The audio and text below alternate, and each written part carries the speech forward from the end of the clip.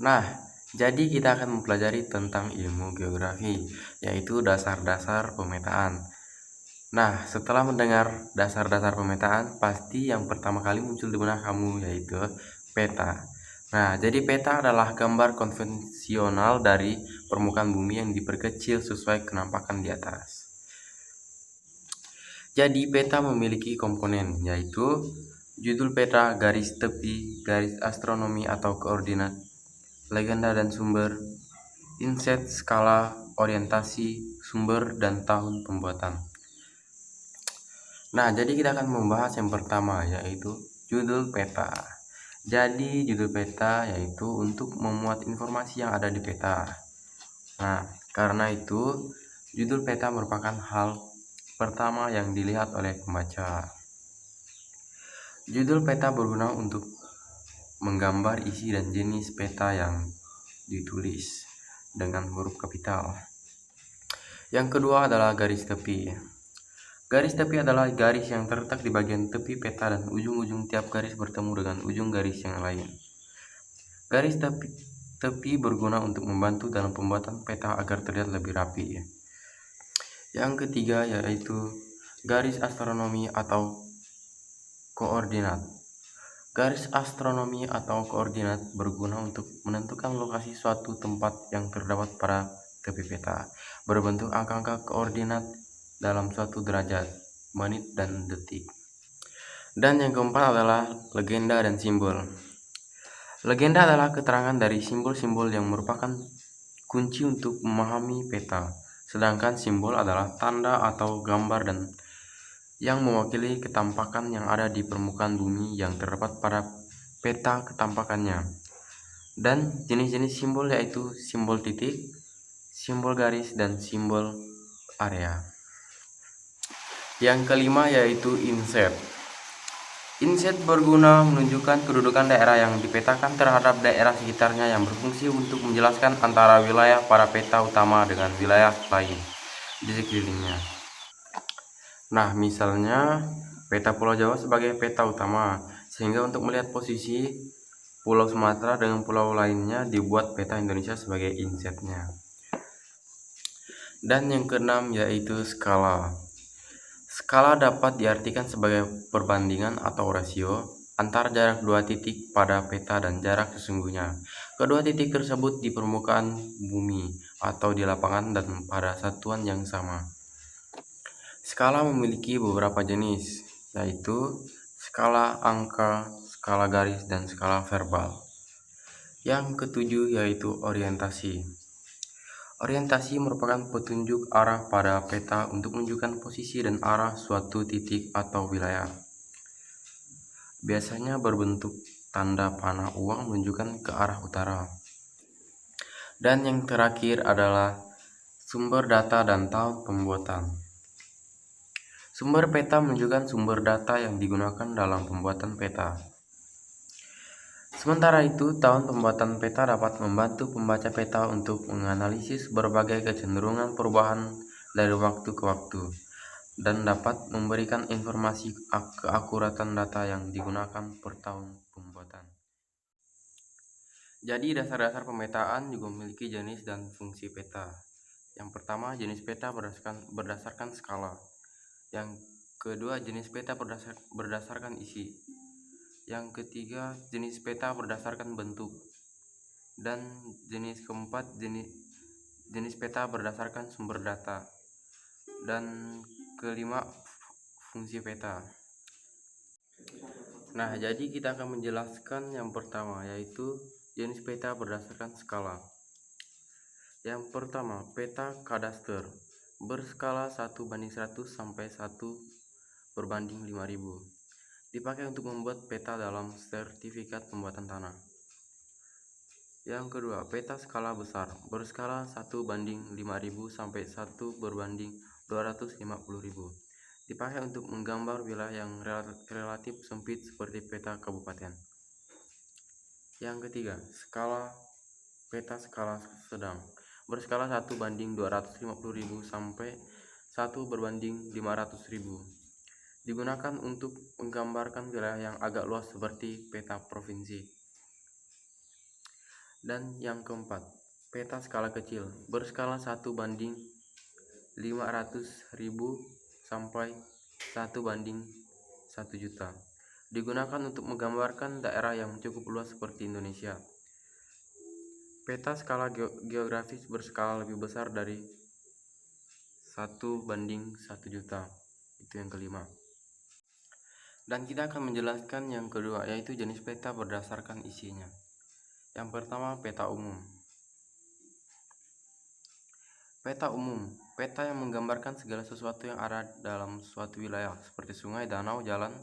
Peta umum dibedakan menjadi dua, yaitu peta topografi dan peta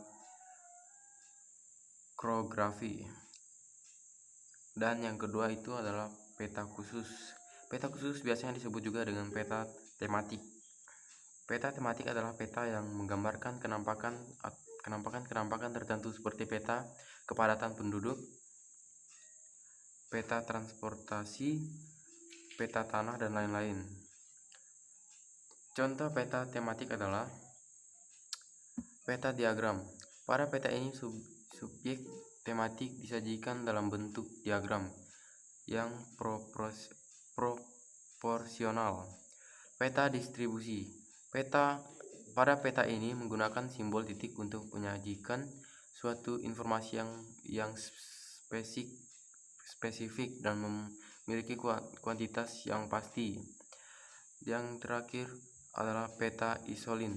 Pada peta ini menyajikan harga numerik untuk distribusi yang kontinu dan bentuk garis yang terhubung pada suatu nilai yang sama. Dan jenis peta yang ketiga, yaitu jenis peta berdasarkan bentuk. Peta berdasarkan bentuk digolongkan menjadi tiga, yaitu yang pertama, peta timbul.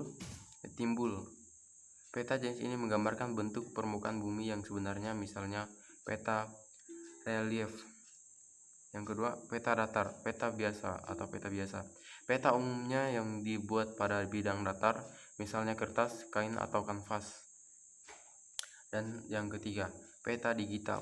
Peta digital adalah peta yang datanya terjadi pada suatu pita magnetik atau disket, sedangkan pengolahan dan penyajian datanya menggunakan komputer.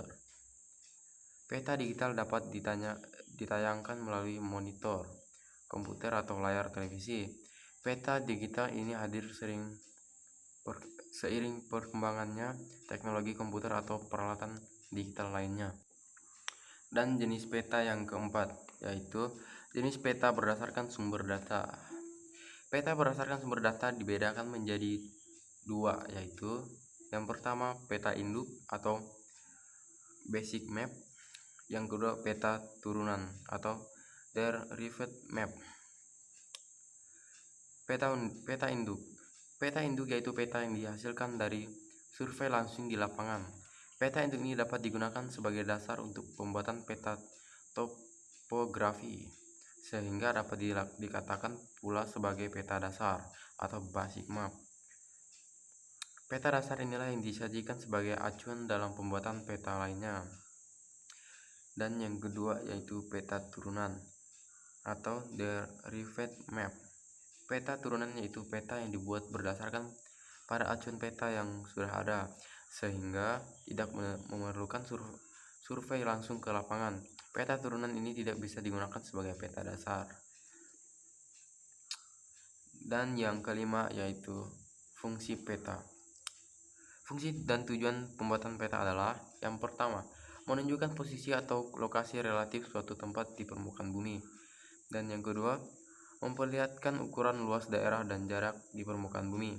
Dan yang ketiga, memperlihatkan atau menggambarkan bentuk-bentuk pada permukaan bumi, misalnya bentuk benua, negara, atau gunung. Dan yang keempat, menyajikan data tentang potensi suatu daerah. Yang kelima, mengomunikasikan informasi ke ruangan. Yang keenam, menyimpan informasi ke ruangan. Yang ketujuh, membuat pekerjaan teknis, misalnya konstruksi jalanan, navigasi, atau perencanaan.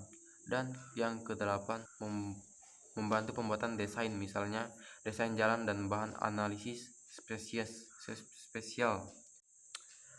Dan yang terakhir dari dasar-dasar pemetaan yaitu proyeksi peta. Permukaan bumi yang melengkung jika digambarkan pada bidang datar, maka sulit untuk melakukan perhitungan dari hasil ukuran. Dan juga akan menghasilkan kesalahan. Untuk menghindari atau memperkecil kesalahan, dipilihlah cara menggambarkan peta dengan proyeksi. Proyeksi peta adalah cara memindahkan permukaan bumi yang melengkung ke bidang datar. Di dalam melakukan kegiatan proyeksi peta, ada beberapa hal yang tidak boleh terabaikan, yaitu A. Peta harus akuivalen, yaitu peta harus sesuai dengan luas sebenarnya di permukaan bumi setelah dikalikan dengan skala. Dan B. Peta harus equidistance, yaitu peta harus mempunyai jarak-jarak yang sama dengan jarak sebenarnya di permukaan bumi setelah dikalikan dengan skala. Dan C. Peta harus conform, yaitu bentuk-bentuk atau sudut-sudut pada peta harus dipertahankan sesuai dengan bentuk sebenarnya di permukaan bumi. Dan jenis-jenis proyeksi peta diperbedakan menjadi 3 jenis, yaitu A. Proyeksi zenithal atau azimuthal. Proyeksi ini adalah proyeksi pada bidang proyeksi berupa bidang datar yang menyinggung bola bumi berdasarkan arah sinar proyeksi. B. Proyeksi silinder. Proyeksi